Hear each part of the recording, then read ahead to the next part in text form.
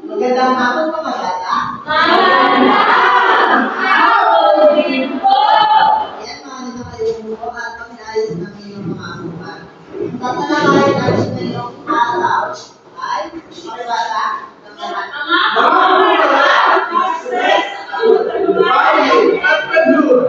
Bago tayo tumako sa ating aralin ay meron tayong mga layunin na dapat natin makamit. Ang una ay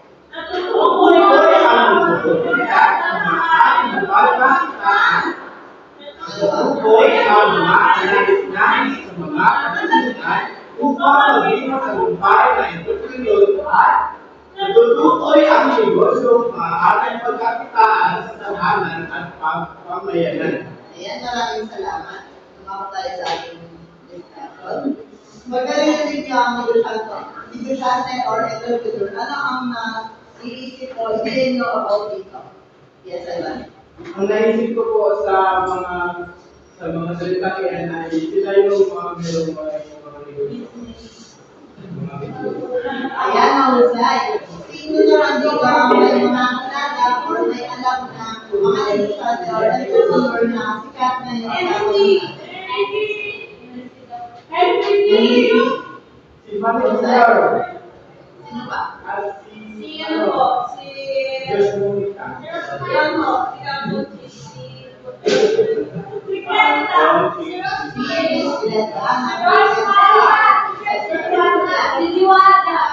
Diwata.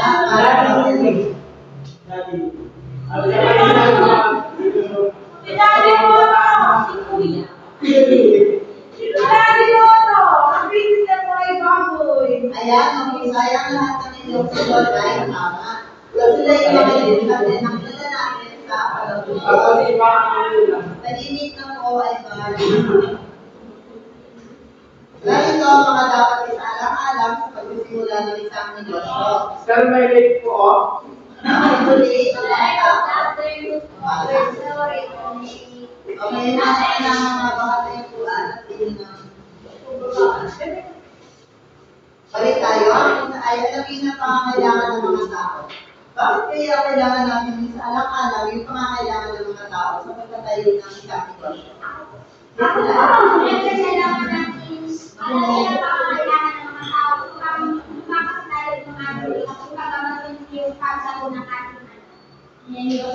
Ayan, mahusay. Please, God. Dapat po natin na malaki na pangangailangan ng mga tao dahil kapag po tayo mag-business, hindi naman dapat na kung ano lang yung, kumbaga yung, hindi lang yung gusto natin, kumbaga kaya ano natin yung pangangailangan ng ibang tao. Halimbawa na lamang kay yun, yung mga dito sa labas, yung restaurant dyan. Siyempre, hindi naman lahat ng estudyante may baon. So, bibili na lang yun dun sa labas. At saka wag din tayo magtayo ng mga negosyo na may palayan kasi baka tayo rin ang lugi. Ayan, mahusay. Ang inyong mga kasagutan ay tama. Bigyan ng tatlong palakpak ang mga studol. Sa 3, go! Ang sunod ay alamin ng puso or plan. Ano ang inyong ideya about ito, Ivan? Ang puso, dahil ayun po yung mga kalimitan na ginagamit ng mga tao ginagawa. Kaya dapat natin isang-alang na alamin ang susunod dahil sa isang lugar para malaman din kung ano yung dapat na kagaya sa napagod yung pangangailangan nito. Magbigay ka nga ng isang halimbawa ng negosyo. Milk tea. Saan? Yan po. Ang papilas, yung agad sa labas. Yan tayo.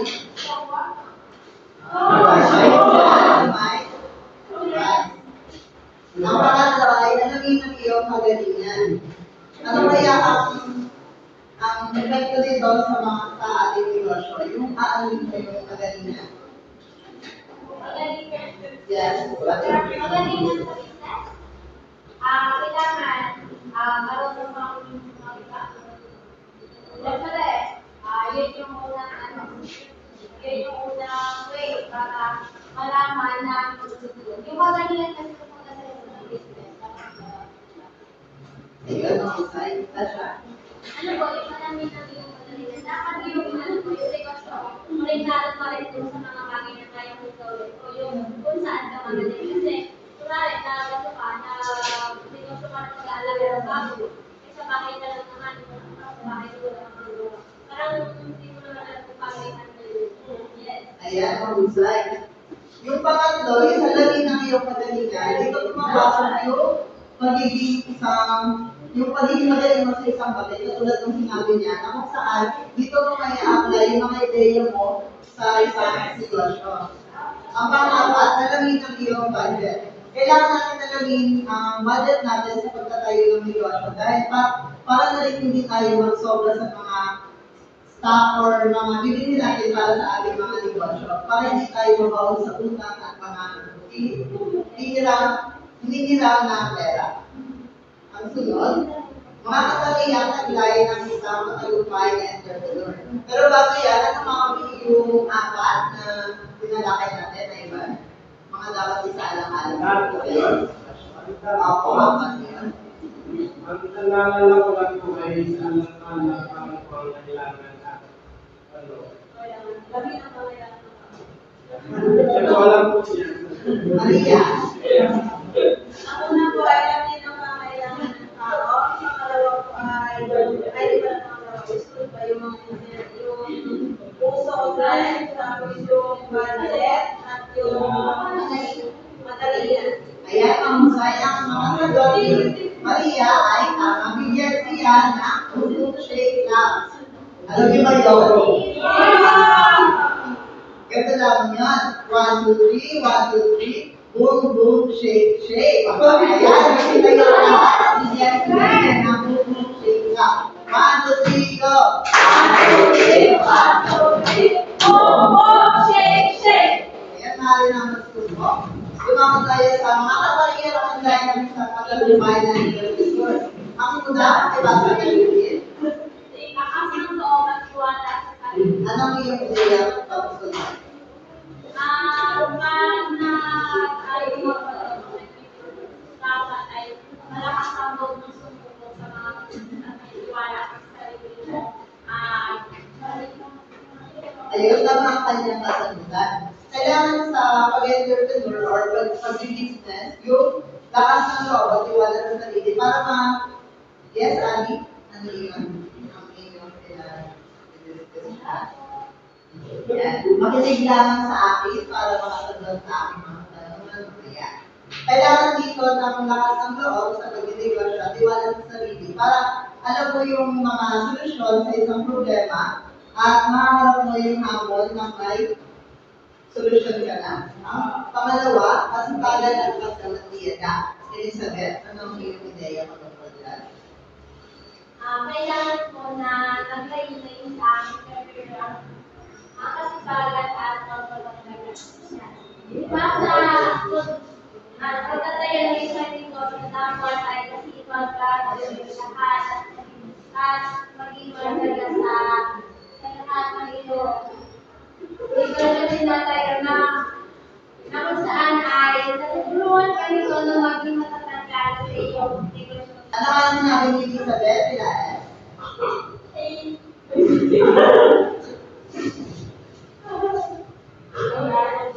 Ang entrepreneurship daw po ay dapat may taglay na matipagan na pagkamatiga. Dahil kapag hindi ka mataga, magati makakalat sa iyong sa iyong negosyo. Ayan. Ang sagot nilang dalawa ay tama. Bigyan ng tatlo palakpak ang dalawa. Ang sunod ay ang pagkamalikarin at pagiging maalam. Very good. Alam mo yung ideya, opinion sa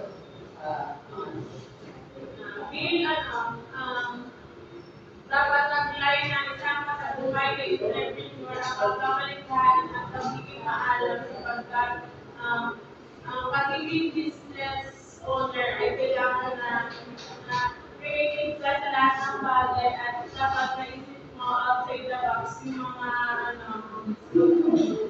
yung mga kailangan i-improve ka ng iyong product. Ayan, ang kanyang kasagutan ay tama.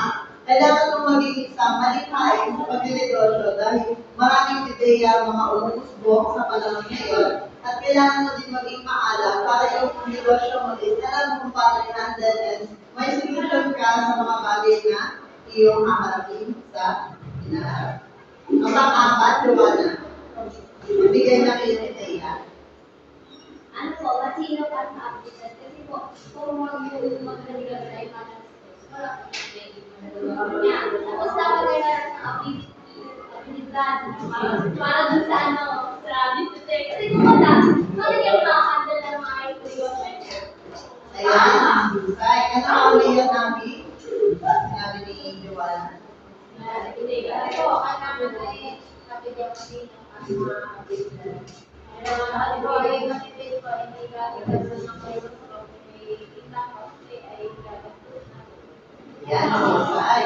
At ang pampuli, Maria. Magbigay din. Yung binalik ko lang yung mouse ko. Mouse lang.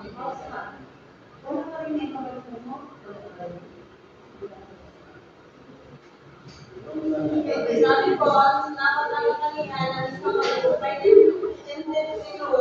ay matapang ng Diyos. Siyempre po, wala rin po pili. Ano? Kasi kung ano po sobrang po yung ano, yung kaibigan niya, hindi po dapat po ibalik po yung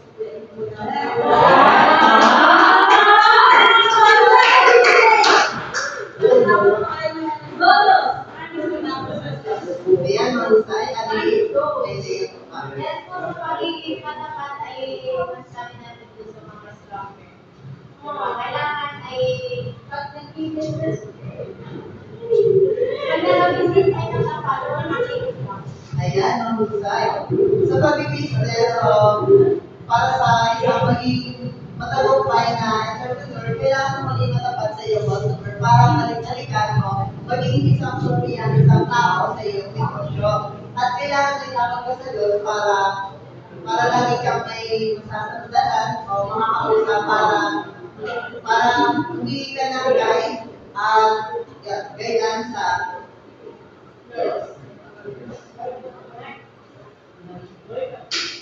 Ano nga uli ang mga katangiang taglay ng isang matagumpay na entrepreneur, magbigay ng isa? Okay? Makalayo po. Ayan. This is Ann. Yung pagkamasino at masamaran na amitan. Ayan, mahusay. Elizabeth. Magbigay ka lang ng isa. Ang pagiging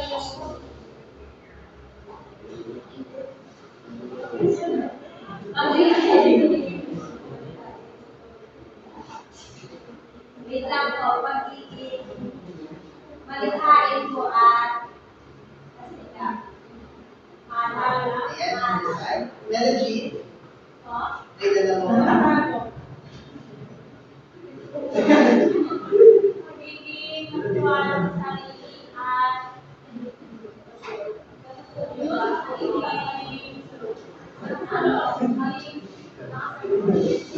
Ayan, mahusay. May isa pa, Lucy. Ano po, pagiging masalakan.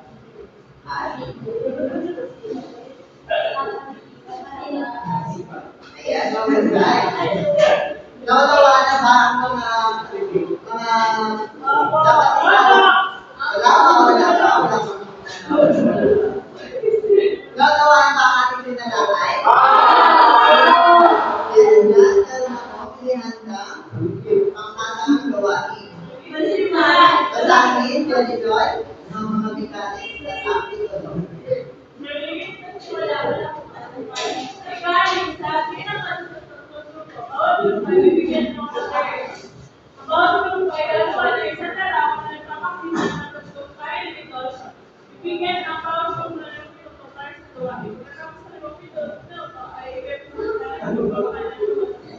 Ayan. Naunawaan ba ang ating mechanics? Ang unang grupo ay ito. Mulat ito, itong ano ito, at pangalawa ito. Pwede na kayo pumunta dito para sa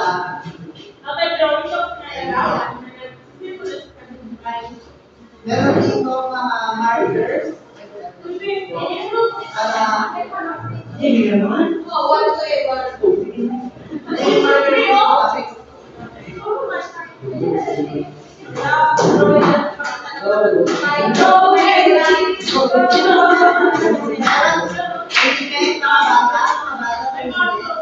pero dito tayo, kayo ay ibrita para sa aming bibig. Nakikinig ba lahat? At nakikinig natin. Pagkakasahan ng ikatang bibig, Juana. Ano po, rubrics, kompresyon, 5 puntos, malitain, 10 puntos, kaisan, 5 puntos, tubuhan, 20 puntos. Kaya, Nagawa na ba?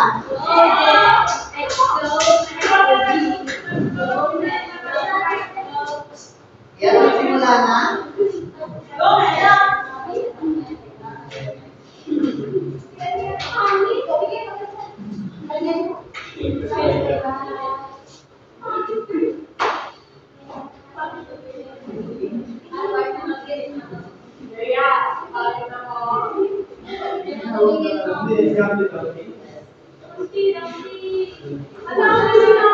Paalala lang, meron kayong isang minuto para sa paggawa.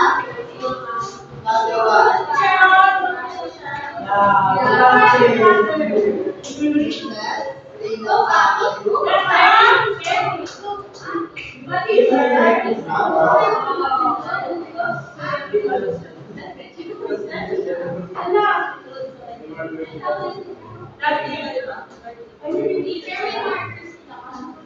Pwede kayong mag-share doon. Mas maaari sa taas.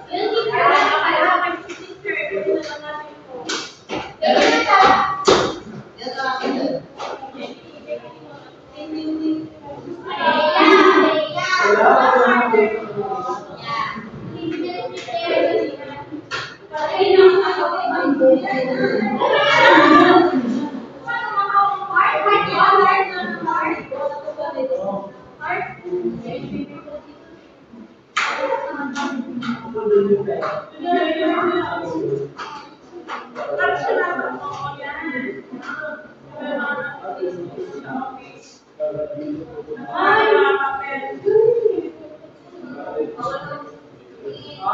May tayo po. 3 minuto para sa paggawa. Ang steering nila.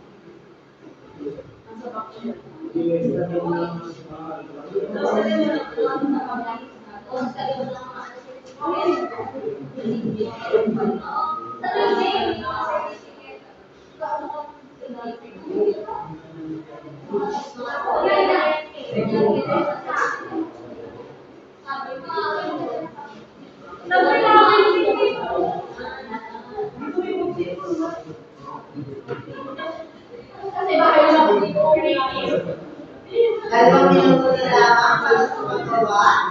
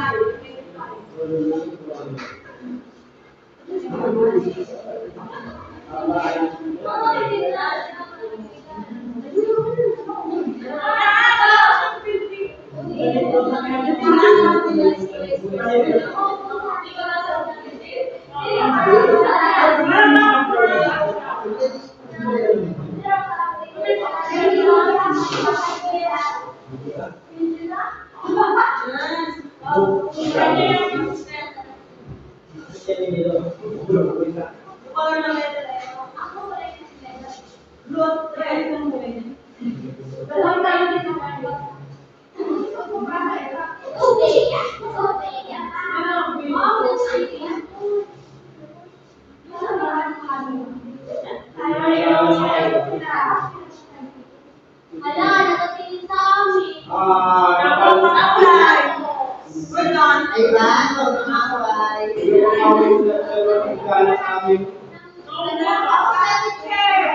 Tapos na ba? 30 seconds.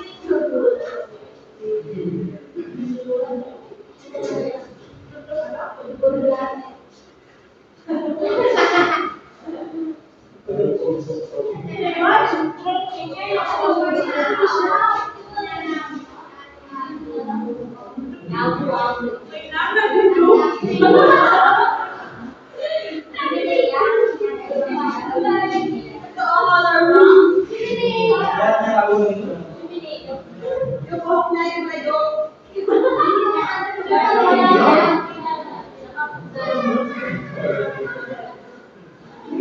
seconds.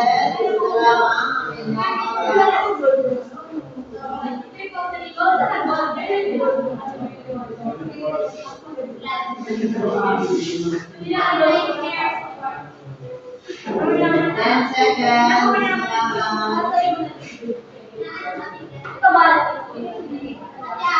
5, 4, 3, 2, 1. Okay, wala na magdudumi. Tapos na po ang inyong oras. Balik po sa mga pulat. Balik na po sa mga pulat. Mga bata. Balik na po. Sino ang magrepresenta sa unang grupo? Ano kayo po?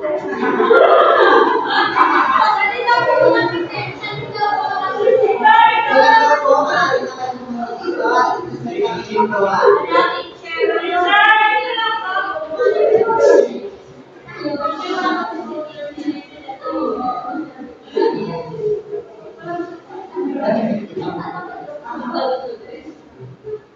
Grupo ay pwede na magpula.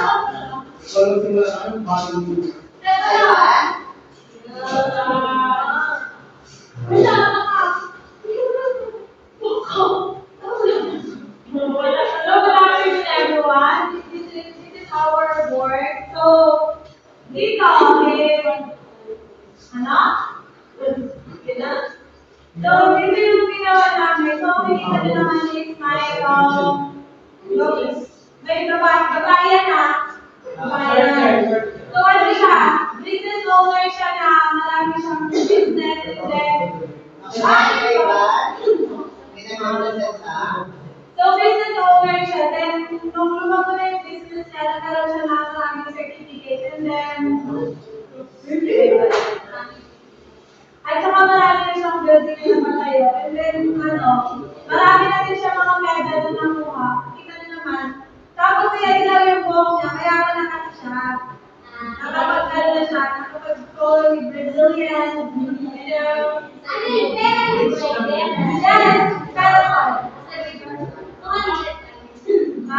hindi siya $200.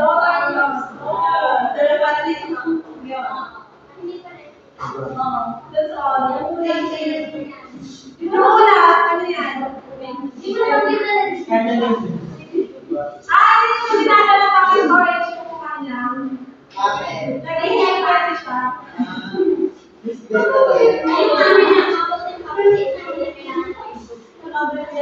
Okay, salamat. Hindi na salamat. Bigyan natin ng 1,000 gram ang group 1. Alam niyo ba yun? 1, 2, 3, go!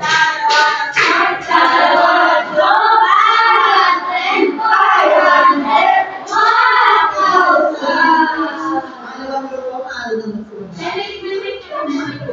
So, magandang araw. Ating pang binukit namin dalawang pagkakas. Makikita niyo po ang kakayahan ng maganda. Ultimo dana niya dito. Makikita niyo pera sa ang hawak na kanina. Lalo na sa bangko, madami yan. May place, may place yan dito yan. Ito ang pool. Ang swimming pool ay malawak yan mga 5 acres.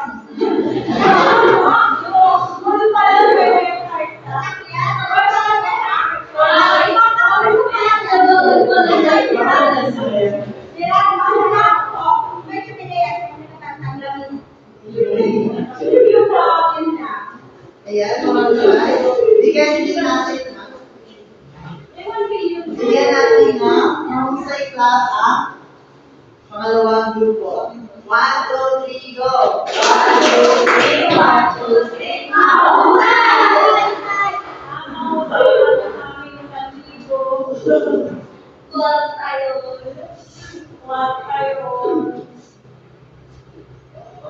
Nagdali lang ba? Nahihirapan. Sobrang dami. Pagpili mo sino ba nanalo?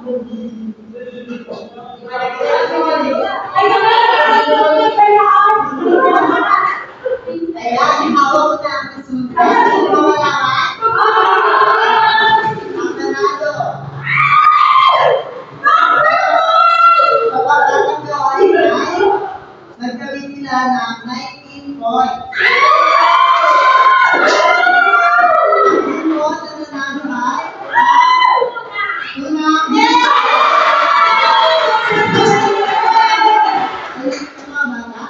Ang pangalawang grupo naman ay nagkaroon ng 18 points. Nagawalan ba ang ating pinalakay? Nagbigay ba kayo sa ating pangkakagawa? Dahil dyan, may kinanda ako pagsusulit. Nais ko kung sagutan ninyo ito ng 3 minuto lamang. Pagkatapos ay aking pagkagal.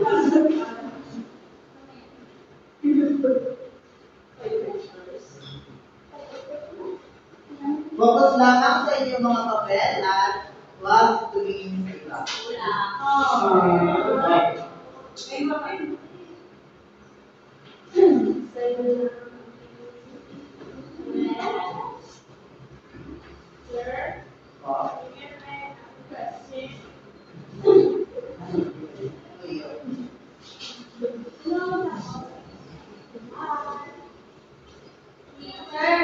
Po. Alin po? Alin po? Ano po? Number 3. Alin po ang sagot ng number 3? Wala po. Andyan, ako ang gumawa niyan. Okay po. Yung pati baba din, fill in the blanks.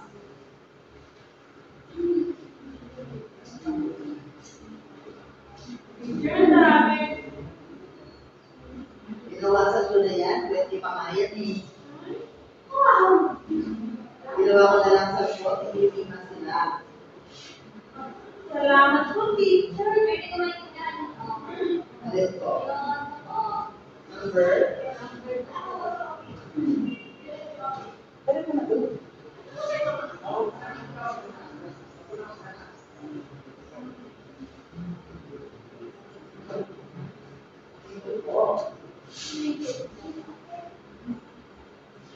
Tapos na ba? Hindi pa po.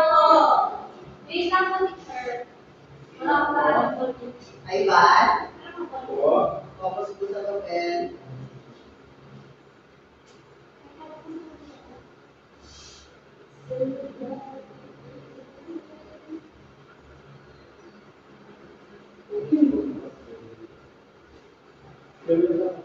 Ano po yun? Dito rin po pala. Yung nakinig ka ay makigaw ka sa salutan niya. Tapos na po ba? Hintayin natin si Isabel. Very special pa. Ito yun ka. Tapos na ba, Ivan? Sino pang nagsasagot? Hindi sabi ko, siya ito. Para sa mga tapos na, pakipapila na ng inyong taklang aralin. Pakibasa, Maria. Tama rin. Ang negosyo pangarap ko. Tuloy ko, nanuloy na isang negosyo na sumubok tayo tayo. Pangalawa, ipakita sa iyo sa iyong pangalan ng negosyo ang mga produktong servisyo pinalo. Pangatlo, sa ibaba ng iyong drawing sa tutin ng tanong, paano mo napakahalago ang negosyo nito? Tatlo ang gawin ng pang-usap. magtayo kayo ng tutos base sa rubrics na nandito. Tapos nababagsak ba? Sulit? Na?